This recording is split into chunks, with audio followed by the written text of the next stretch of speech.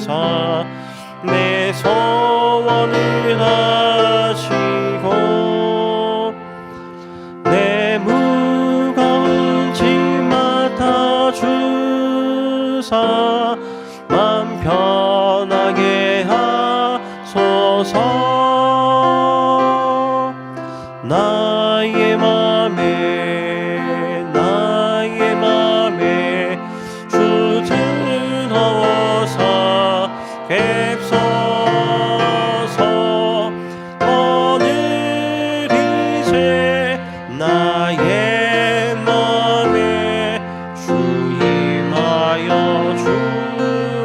주옵소서. 4절 부르시겠습니다. 주 예수님 내 맘에 오사 내 앞길을 인도해 이 세상을 심판할 때에 나를 먹게 하소서. 나의 맘에 주 들어오사 갭소서. 오늘 이제 나의 맘에 주 임하여 주옵소서.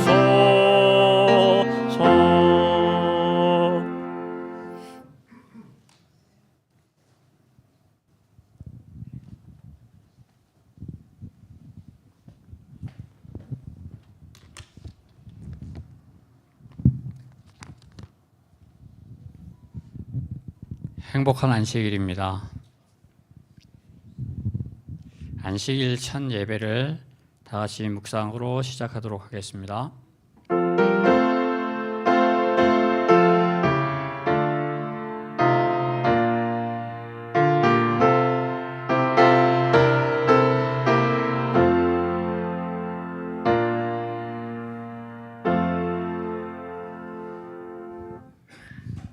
첫 찬미는 225장 부르시겠습니다. 다 같이 일어나셔서 225장 부르시겠습니다.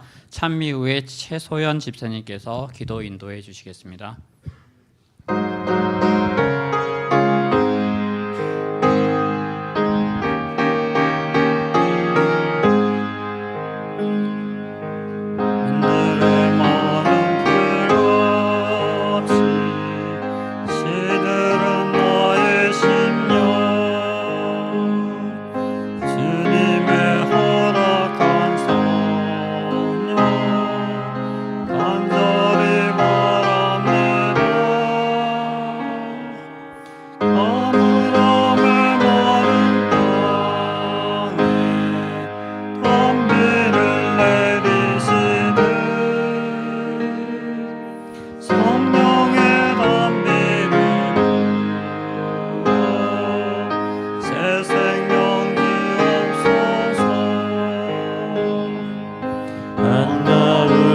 소리 듣고 산천이 춤을 추네. 봄비로 내리는 성령 내게로 주옵소서. 가물어 메마른 땅에 단비를 내리시듯 성령의 단비를 부어 새 생명 주옵소서. 절 따라 우러를 내려 조목이 무성하듯 갈급한 내 심령 위에 성령을 부으소서. 가물어 메마른 땅에 단비를 내리시듯 성령의 단비를 부어 새 생명 주옵소서. 참되신 사랑의 언약 어길 수 있으리요. 주께서 흡족하는 데 주실 줄 믿습니다. 아무럼의 마른 땅에 단비를 내리시듯 성령의 단비를 부어 새 생명 주옵소서.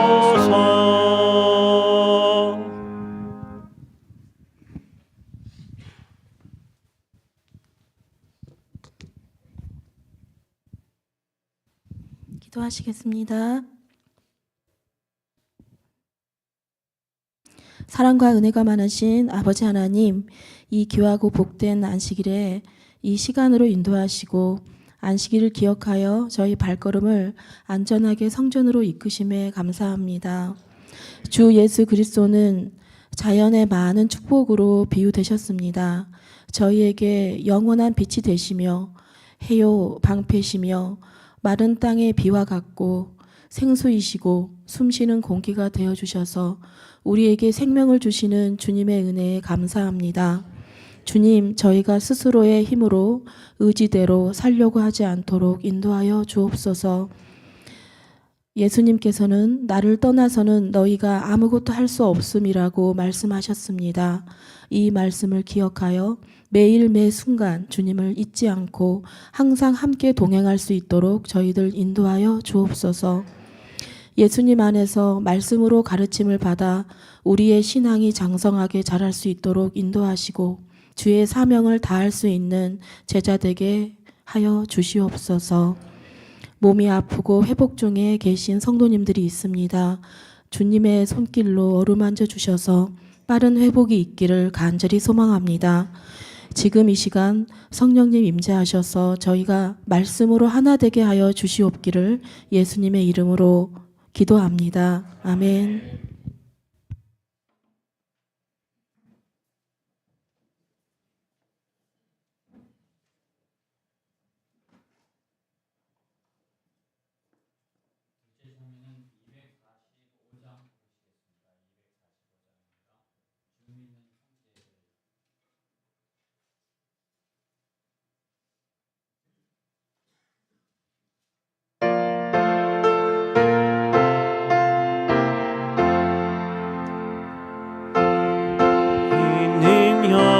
형제들 나누는 사랑이 저 하늘 교제가 가서 물개서 가더라.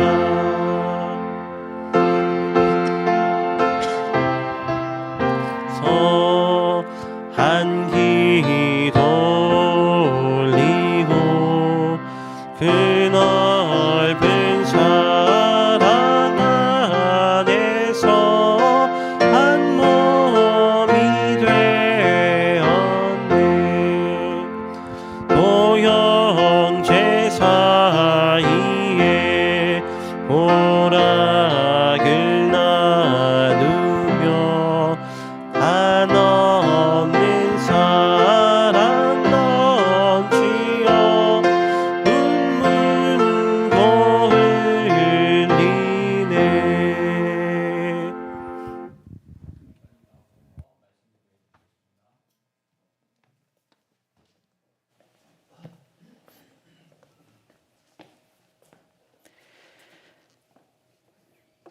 네, 안녕하십니까? 이제 우리가 사경의 교제를 다 마쳤습니다. 오늘 이 시간에는 아주 기초적인 성경의 말씀을 함께 연구하고 살피는 시간을 갖도록 하겠습니다. 보이지 않는 하나님을 믿는다는 것은 상당히 어려운 일입니다. 사실은 우리가 하나님이라고 하는 존재를 좀 잘 알고 깨달아야만 믿을 수 있는데 보이지 않는 하나님을 무조건 믿으라고 기독교에서는 얘기를 합니다. 그렇죠? 무조건 믿어야 좋다고 말합니다. 믿으면 어디 간다고 말하고 있어요? 믿으면 천국 가고. 근데 안 믿으면 어디 보낸대요? 지옥 보낸대요. 여러분, 이 믿음이라고 하는 단어는 계약 용어입니다. 계약. 어떤 용어라고요? 여러분들이 보험을 하나 계약을 하더라도 그냥 아는 지인이 친구가 소개하니까 그냥 좋은가 보다 하고 그냥 가입한 적도 가끔 있으시죠? 아니면 꼼꼼하게 그 계약의 내용을 다 살펴보신 다음에 계약하시나요? 살펴보고 이게 정말 나한테 도움이 될 만한지를 본 다음에 계약을 맺죠. 그렇죠? 남녀 간의 관계 속에서 이 계약을 뭐라고 그러냐면 혼약이라고 말합니다. 혼약. 우리가 결혼할 때 배우자에 대해서 충분히 알아본 다음에 결정을 합니까? 아니면 처음 만나자마자 다짜고짜 우리 결혼합시다 이렇게 할 수 있습니까? 어떻습니까? 옛날에는 뭐 그런 시절이 있었다고 합니다. 결혼하기 전까지 서로가 모르는 상태에서 뭐 결혼을 했던 그런 시절도 있다고 하지만 그것은 옛날 얘기고요. 요즘에는 어떻습니까? 충분히 알아보고 그런 다음에 뭘 맺어요? 혼약을 맺습니다. 우리가 하나님을 믿는 것도 마찬가지입니다. 사실은 하나님을 믿는다는 것은 하나님과 영적으로 결혼한다라는 뜻이거든요. 계약을 맺다라는 뜻이에요. 그런데 하나님이 어떤 분인지, 하나님이 나에게 어떤 약속을 하셨는지를 전혀 모르는 상태에서 믿을 수 있어요, 없어요? 믿을 수 없습니다. 그래서 반드시 그 약속의 내용을 충분히 살펴본 다음에 그 다음에 하나님을 한번 내가 믿어볼까라고 하는 결정을 하게 되는 것입니다. 그래서 성경을 뭐라고 말하냐면 따라합니다. 언약. 언약이 중요한 거예요. 이 언약을 통해서 충분히 알아본 다음에 그 다음에 비로소 누구를 믿는 거예요? 하나님을 믿는 것입니다. 그래서 제7일 안식일 예수 재림교회는 어떤 교회냐면 무조건 믿으라고 강요하는 교회가 절대 아닙니다.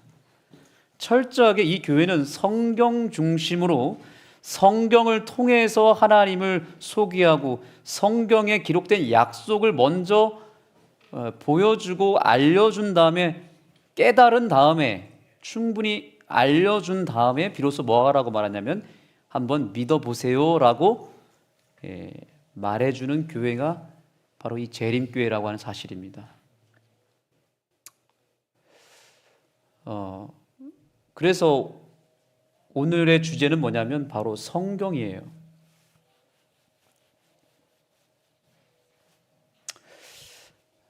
먼저 성경 말씀을 보겠습니다.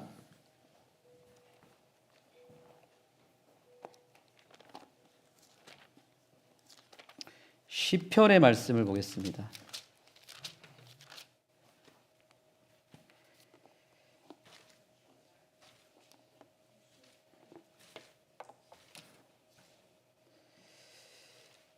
시편 34편 8절입니다.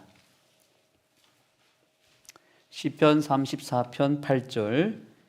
자, 다 같이 한번 읽어보겠습니다.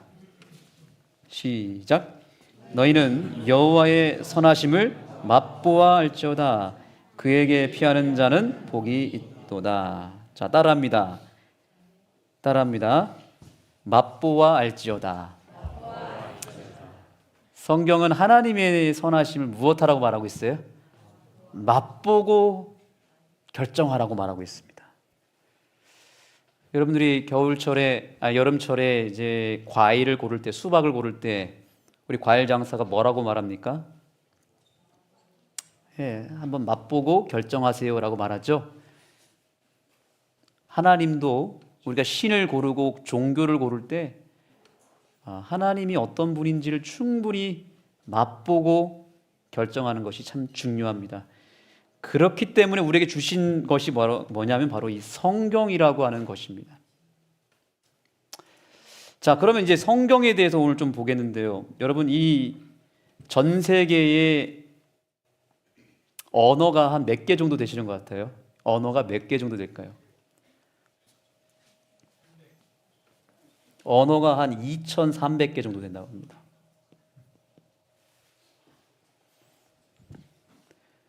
근데 이 2,300개나 되는 언어를 통해서 번역이 되어서 전 세계 모든 곳에 보급이 된 유일한 책이 어떤 책인 줄 아십니까? 그게 바로 성경입니다. 성경은 전 세계 어딜 가나 모든 곳에 다 있습니다. 여러분들이 호텔을 가든지 뭐 어느 나라 여행을 가더라도 금방 성경을 찾을 수 있을 만큼 성경은 전 세계 언어로 번역이 다 되어서 모든 나라와 민족과 심지어 부족까지도 들어갔다고 합니다. 그래서 성경을 뭐라고 말하고 있어요? 영원한 베스트셀러라고 말하고 있습니다.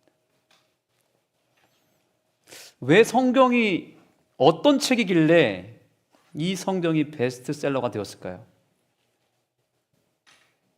그냥 이게 인위적으로 가능한 일일까요? 아니면 누군가 돈 많은 부자가 이 성경을 잔뜩 사가지고 뭔가 후원을 통해서 이게 무슨 회사를 통해서 전 세계로 퍼져나갔을까요? 절대 그렇지 않습니다. 성경은 자연스럽게 사람들에게 가장 많은 사랑을 받은 책이 되었고 가장 많은 능력을 가진 책이었기 때문에 전 세계로 삽시간에 퍼져서 지금은 모든 나라, 모든 민족에게 모든 언어로 번역이 되어서 사람들의 손에 쥐어진 유일한 베스트셀러라고 하는 사실입니다. 굉장히 위대한 책입니다. 자, 그러면 왜 성경이 이렇게 베스트셀러가 될 수밖에 없었는지를 우리가 조금 알 필요가 있습니다. 여러분, 책이라고 하는 것은 반드시 누가 있죠? 저자가 있습니다. 자, 성경의 저자가 누굴까요? 성경의 저자가 누굽니까? 모세인가요? 누구죠? 예, 성경의 저자가 누구라고요? 하나님입니다. 자, 근거 성경절 어디 있습니까? 많이 있겠지만 베드로후서 1장 21절을 보겠습니다. 베드로후서 1장 21절.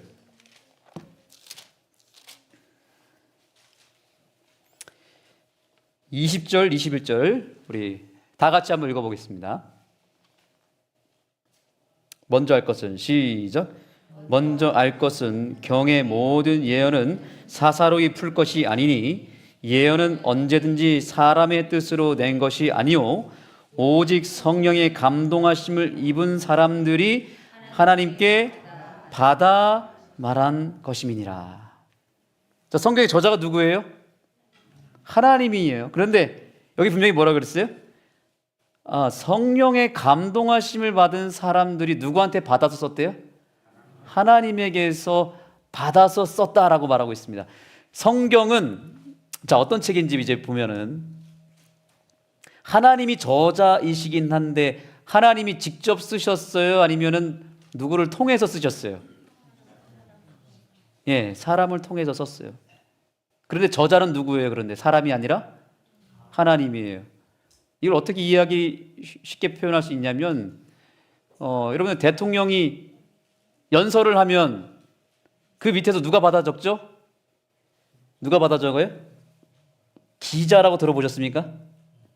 기자가 따로 있죠. 그렇죠? 기자들이 이걸 다 받아 써서 다음날 신문이나 인터넷 뉴스 기사로 나오면 쓴 사람은 누구죠? 쓴 사람은 기자지만 그것의 원저자는 누구예요? 대통령입니다. 성경도 마찬가지예요. 쓰기는 누가 썼어요? 기자들이 썼어요. 그런데 누구한테 받아 썼다고요? 하나님께로부터 이걸 받아서 썼기 때문에 성경은 놀랍게도 저자가 있고 또 누가 있는 거예요? 기자가 있다라고 하는 사실입니다. 좀 신기한 과정 속에서 쓰여진 거예요. 근데 기자가 몇 명인 줄 아세요? 기자가 몇 명 정도 될까요? 최은혜 원장님, 기자가 몇 명 정도 될 것 같으세요? 네? 뭐 정답은 정확하지 않습니다만 한 40여 명 된다고 합니다. 남자도 있고 여기엔 나라의 어떤 직책을 받은 사람도 있고 그렇지 않은 사람도 있고 다양하게 쓰여졌습니다. 여자도 있고 남자도 있고 또 직업은 어땠을까요? 왕도 있고 누구도 있어요? 농부도 있고 선지자도 있고 양을 치는 목자도 있습니다. 다양한 사람들이 다양한 배경 속에 있었는데 40명의 사람들이 이 한 권의 책을 썼다는 거예요. 그런데 더 놀라운 사실이 있습니다. 이 40명의 저자가 같은 시대의 사람들이 다 아니에요. 동시대의 사람들도 있지만 각각 시대가 달라요. 그래서 이 기록 시기를 보면 기록 시기가 약 몇 년이냐면요. 몇 년인 줄 아세요? 1600년경 정도 됩니다. 600년 동안 40명의 기자들이 1600년 동안 썼다는 거예요.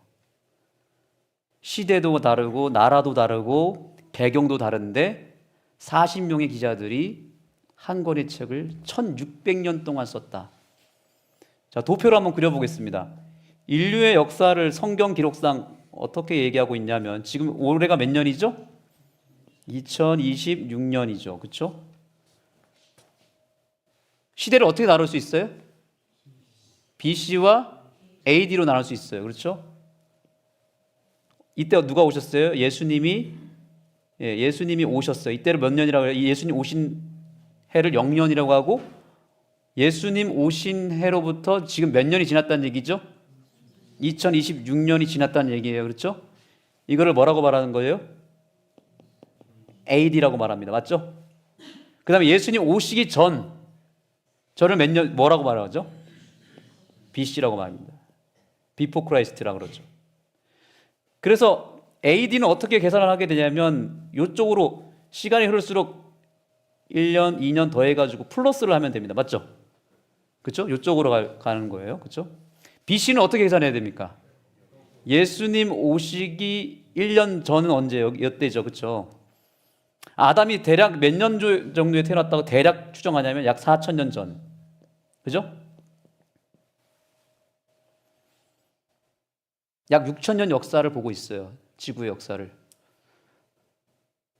자, 그런데 성경은 언제 쓰여졌냐면 언제 쓰여졌어요?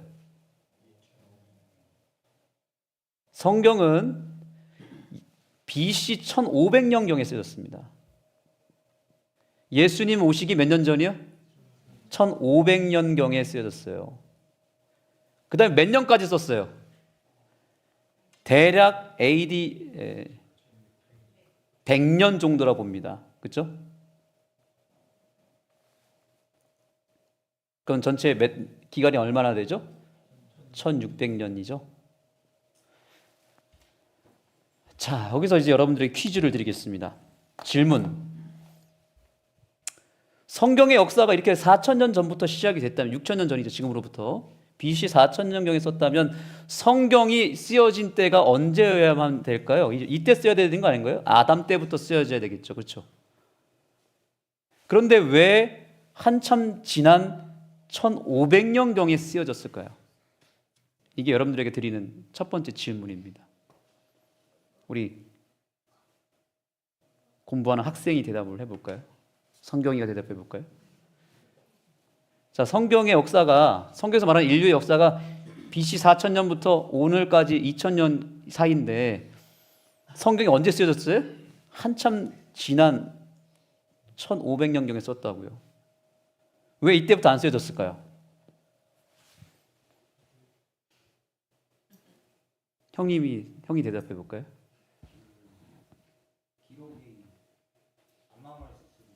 그렇죠. 그때 뭐가 없었을까요? 맞아요. 이때 글자가 일단은 처음에는 없었겠죠. 그죠? 글자는 언제 나왔냐면 약 3000년에서 3500년 정도로 추정합니다. 글자라는 것이 쐐기 문자가 이때 생겼어요. 그러면 이때 성경이 쓰여져야 되겠죠? 이때 쓰여졌어요? 안 쓰여졌어요? 안 쓰여졌습니다. 그러면 왜 이때 안 쓰여졌어요? 글자가 이때부터 나왔는데 왜 안 쓰여졌을까요? 유지가 안 돼요. 뭐가 필요한데요? 종이가 있어야 되는, 종이가 이때는 상용화되지 않았다. 좋은 예리한 판단입니다. 근데 종이가 언제 상용화되냐면 2500년경에 종이, 파피루스라고 하는 것이 상용화되기 시작하면서 책이 등장합니다. 책. 그러면 성경 이때 쓰여져야 되겠죠? 집사님. 그렇죠? 근데 왜 이때 안 쓰여졌을까요? 이때도 안 쓰여졌잖아요. 그렇죠? 글자가 나오고 책이 나왔는데도 성경은 아직 쓰여지지 않았단 말이에요. 왜 한참 지난 요 하필 왜 1500년경에 쓰여졌을까? 오집사님 궁금하지 않으세요? 궁금해야 되는데 사실 저만 궁금한가요? 궁금하면 500원. 네, 여기 비밀이 있습니다. 중요한 이유가 있습니다. 왜 1500년경에 쓰여졌는가? 자, 여러분 아시는 분은 다 아실 거예요. 제가 항상 요거 얘기할 때 사용하는 예화가 있습니다. 예화는 아니고, 자, 여러분 백설공주 아세요? 이순신 아세요? 둘 다 옛날 사람이죠, 그렇죠? 근데 둘 중에서 실제 인물은 누구죠? 그 백설공주는요? 실제 인물 아니에요? 소설 속의 사람인가요? 어떻게 아세요? 보셨어요? 백설공주? 기록이 있으니까 어디 가요? 아니 근데 이순신은 왜 실제 인물로 믿고 백설공주는 실제 인물이 아니라고 믿으세요? 여긴 기록이 있고 여기는 기록이, 이것도 기록이 있는데요, 동화책. 소설가가 썼고 이거는요? 역사 속에서 썼어요? 이것도 역사 속에 쓴 것 같은데요? 옛날 역사잖아요. 옛날 역사. 아니에요? 자, 역사라고 하는 얘기를 하셨습니다. 역사가 형성이 되려면 충족이 되어야 될 게 있어요. 뭐가 있어야 되죠? 역사가 있으려면, 네, 역사가 있으려면 뭐가 있어야 되냐면요, 나라가 있어야 됩니다. 맞습니까? 그러니까 우리나라를 지키는 게 중요한 거예요. 그렇죠? 나라가 없어지면 뭐도 없어지는 거예요? 역사가 없어지는 거예요. 이순신이 우리나라 사람이라서 실존 인물이 아니라, 이순신이 왜 역사 속의 인물이라고 보는 거예요? 이순신 어느 나라 사람이에요? 조선 사람이죠. 그렇죠? 그렇죠. 나라가 있는 거예요. 근데 백설공주 나라 있어요, 없어요? 백설공주는 어느 나라가 없어요. 옛날 어느 한 나라에 이렇게 나오잖아요. 그렇죠? 나라가 없어요. 나라가 없다는 건 뭐가 없다는 얘기죠? 역사 속 인물이 아니란 말이죠. 나라가 있어야만 뭐가 생긴다?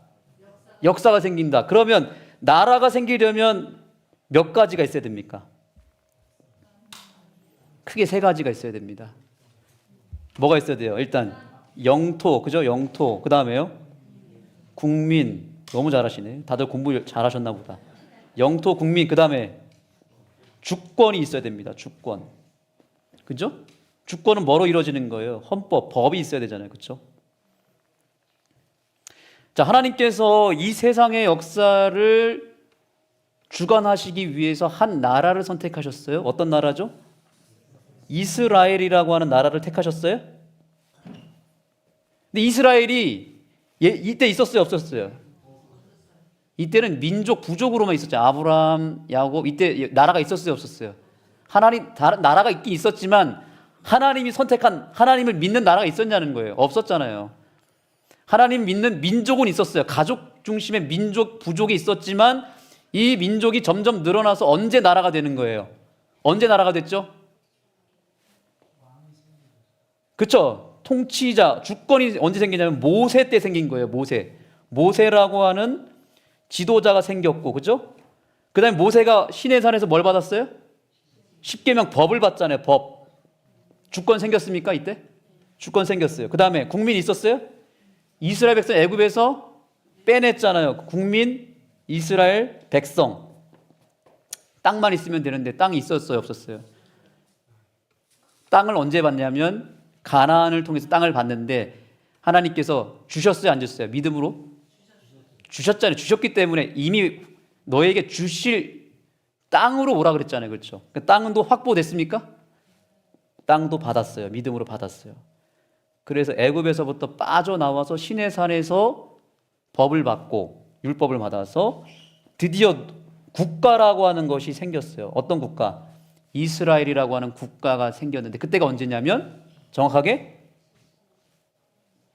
BC 1500년경에 이스라엘이 탄생하는 겁니다. 이때 누구를 통해서 쓴 거예요? 모세를 통해서 성경이 쓰여지기 시작한다는 거죠. 이로 인해서 성경이 더 이상 어떤 책이 아님을, 동화책이나 어떤 전설이 아니라, 여러분 이 1500년 전에 아무리 쓰여져도 뭐가 될 수 없어요? 무슨 책이 될 수 없어요? 성경이 역사책이 될 수 없습니다. 반드시 역사 속에서 쓰여져야 됐기 때문에 모세를 통해서 썼고, 그 다음에 이스라엘이 언제 망하죠? 언제 망하죠? 요 시기에 맞춰지게 되는 거죠. 나라가 없어지기 시작했어요. 이스라엘이 멸망하고 요한계시록을 통해서 성경이 끝나잖아요. 그렇죠? 그러니까 성경이 딱 언제 쓰여지냐면 이스라엘이라는 국가가 현존하고 있을 때에만 쓰여졌다. 그래서 성경이 어떤 책이 된 거예요? 역사 속에서 하나님이 살아계신 역사를 온 세상에 알리기 위해서 쓰여진 책이 바로 무슨 책이다? 성경이다라고 하는 사실입니다. 보통 책이 아니죠. 그렇죠? 그래서 여러분들이 성경을 읽을 때에 이것은 그냥 픽션이 아니라 그냥 단순히 그냥 하나님께서 대충 쓴 책이 아니라 하나님이 역사라고 하는 큰 틀 안에서 실제 사건 속에서 일어난 역사를 사용하셨다, 쓰셨다. 실제 다 일어난 책이에요. 이 성경에 기록된 사건들이 다 일어났어요, 안 일어났어요? 다 일어났고요. 여기 등장한 인물 실제 인물일까요, 아닐까요? 실제 인물들입니다. 그래서 지금 이스라엘 국가나 이집트 이쪽으로 가면 고고학자들이 거기에 굉장히 많이 들어가서 발굴하는 거예요. 성경의 기록. 여리고성 잔해물도 지금 막 발견을 하고 있고요.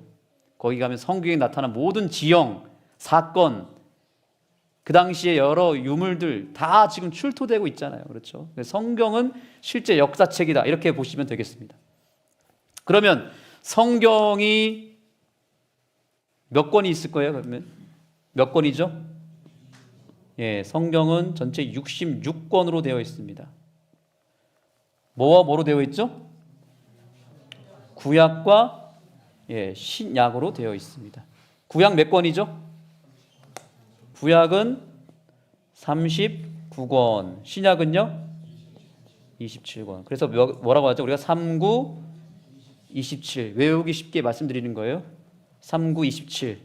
쉽죠? 구약 39권, 신약 27권, 전체 66권의 책이 40명의 기자를 통해서 1600년 동안 쓰여졌는데 놀라운 사실은 뭐냐면 이 성경이라고 하는 책이 하나의 주제로 정확하게 귀결된다는 사실입니다. 여러분, 여러 권의 책으로 종합으로 이렇게 이루어진 책은 세상에 많이 있어요. 여러분들이 잘 알고 있는 문학집 같은 거 1년에 한 번씩 수상한 책들 그죠? 우리나라 예를 들면 문학집 해가지고 단편 소설, 수필 이런 걸 다 모아가지고 한 권의 책으로 만들어서 매년 나오는 거 아세요? 그런데 그 책들은 각각 책마다 연결이 되나 아니면 각각 따로따로인 거예요. 다 따로따로예요. 그렇죠? 그런데 놀랍게도 성경이라고 하는 이 종합 서적은 한 권의 책으로 딱 구성이 되었는데 창세기에서부터 요한계시록까지 이것이 놀랍도록 다 연결이 된다는 것입니다. 다 연결이 되고 이걸 잘 조각모음을 해서 보면은 하나의 주제로 결론이 도달된다라고 하는 것이죠.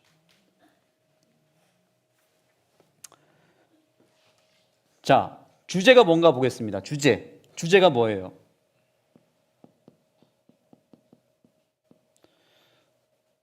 성경은 구약이라고 말하죠. 구약은 무슨 뜻이죠? 옛 언약입니다. 약속이에요. 약속. 뭘 약속했어요? 누가 오신다? 예수님이 오신다. 이게 첫 번째 약속이. 그래서 구약 39권의 모든 내용은 누가 오신다는 내용을 쓰고 있어요? 예수님이 오신다라고 하는 내용으로 쓰여졌습니다. 그 다음에 신약은요? 신약은요? 새 언약이죠? 그렇습니다. 누가 대답하셨죠? 네, 감사합니다. 오집사님. 신약은 다른 게 없어요. 다른 게 아니에요. 예수님이 한 번 오셨는데 우리를 위해서 오셔서 십자가에서 죽으셨죠. 그로 인해서 우리를 어디로부터 구원했어요? 죄로부터 구원했습니다. 맞습니까? 그래서 우리가 예수님을 믿고 구원받았어요. 맞습니까? 그런데 여전히 우리가 어디 살고 있죠? 이 죄악 세상에 살고 있어요. 여전히. 그래서 두 번째 약속은 뭐냐면 예수님이 이제 한 번 더 오실 거예요. 두 번 오실 거예요. 재림이죠. 재림. 다시 와서 우리를 이번에 어디서부터 구원하는 거예요? 죄악 세상으로부터 우리를 구원하기 위해서 한 번 더 오신다는 약속이 뭐라고요? 신약이다. 구약은 이미 오신 예수님, 오신다라고 하는 말씀이 예언대로 성취됐고, 신약은 다시 우리를 이 세상으로부터 구원하기 위해서 한 번 더 오신다라는 약속이 신약의 내용이에요. 그럼 성경의 결론이 뭐예요? 결론이 뭐예요? 예수님이 그렇습니다. 오신다. 뭐 하기 위해서?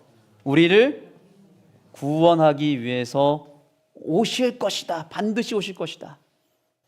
성경은 이 내용으로 다 연결돼요. 66권이 놀랍도록 이 주제로 다 연결이 되면서 이렇게 딱 끝나버려요.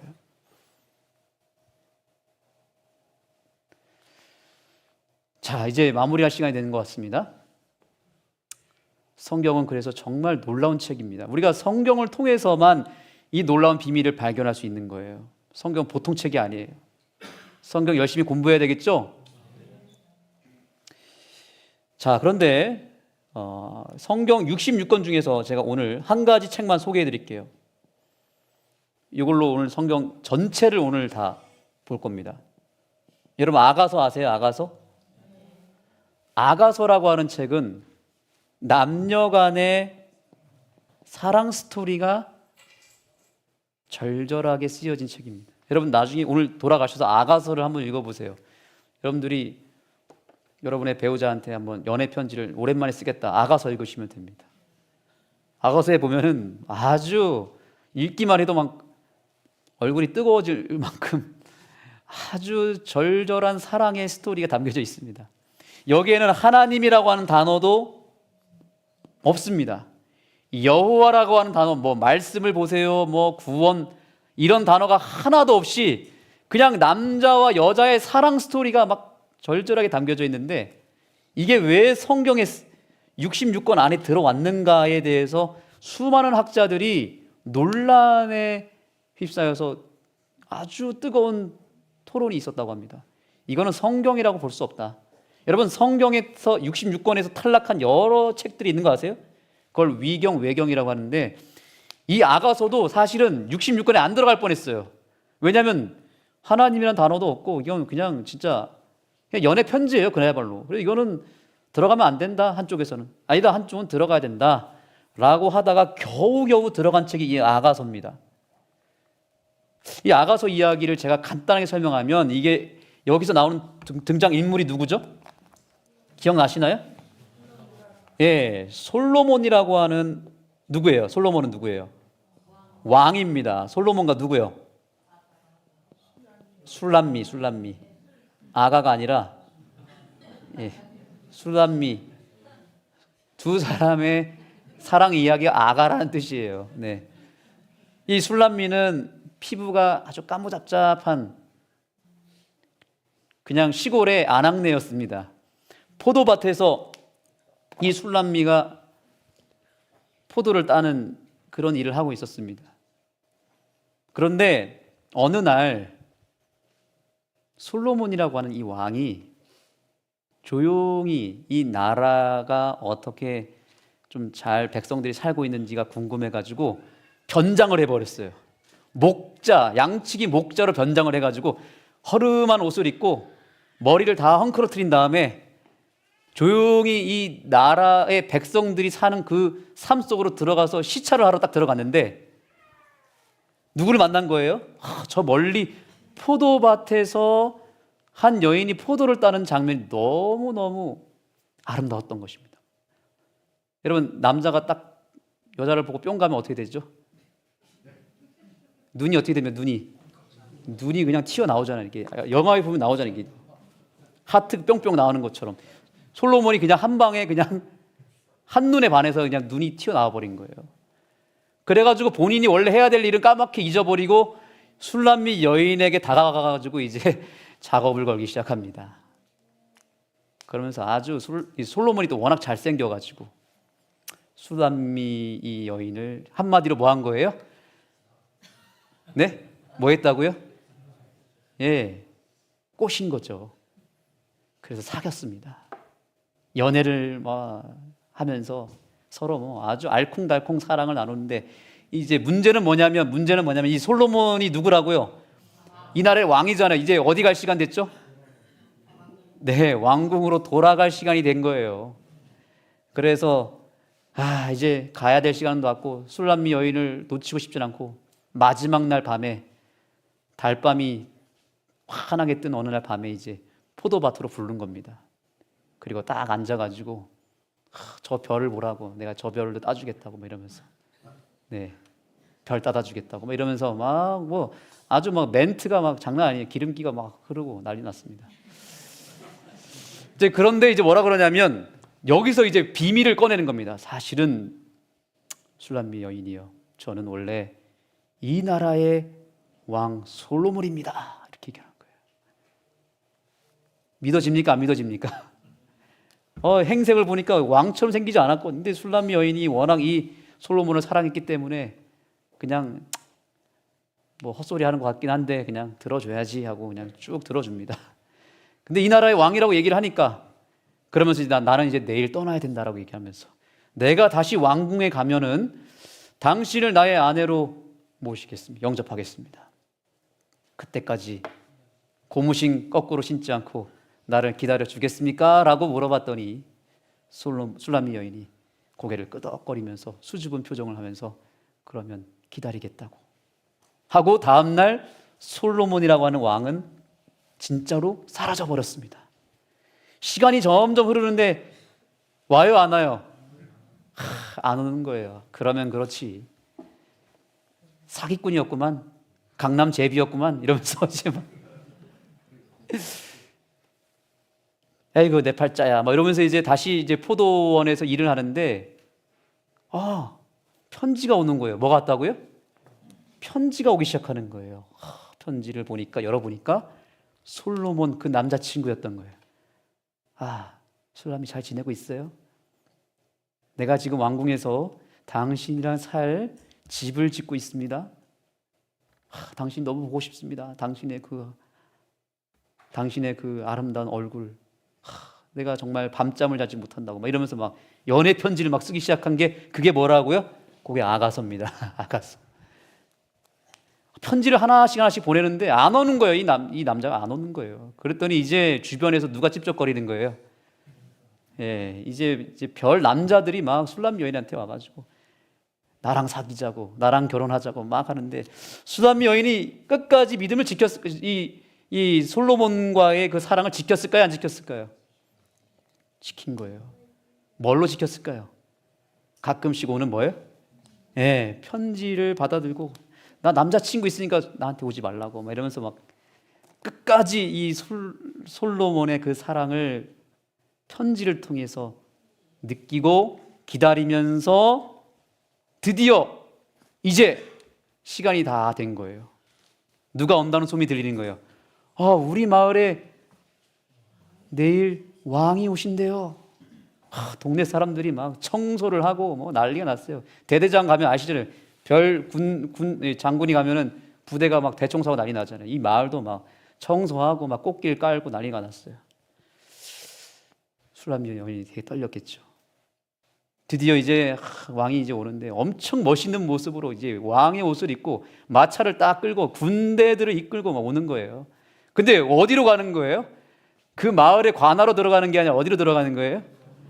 저기 허름한 집에 있는 한 여인, 그 동네에서도 거들떠보지도 않는 피부가 까무잡잡한 술람이라고 하는 한 여인의 집에 딱 왕이 도착을 한 것입니다. 그리고는 유리구두를 딱 꺼내가지고, 왜 이렇게 상상하시고 좋아하세요, 여러분? 유리구두와 여인이 입을 옷과 이걸 다 꺼내가지고 누구한테 무릎을 꿇는 거예요. 신하들이 왕비님이시여 하면서 술람미 여인 앞에서 무릎을 꿇고 솔로몬 왕이 딱 나타나는 거예요.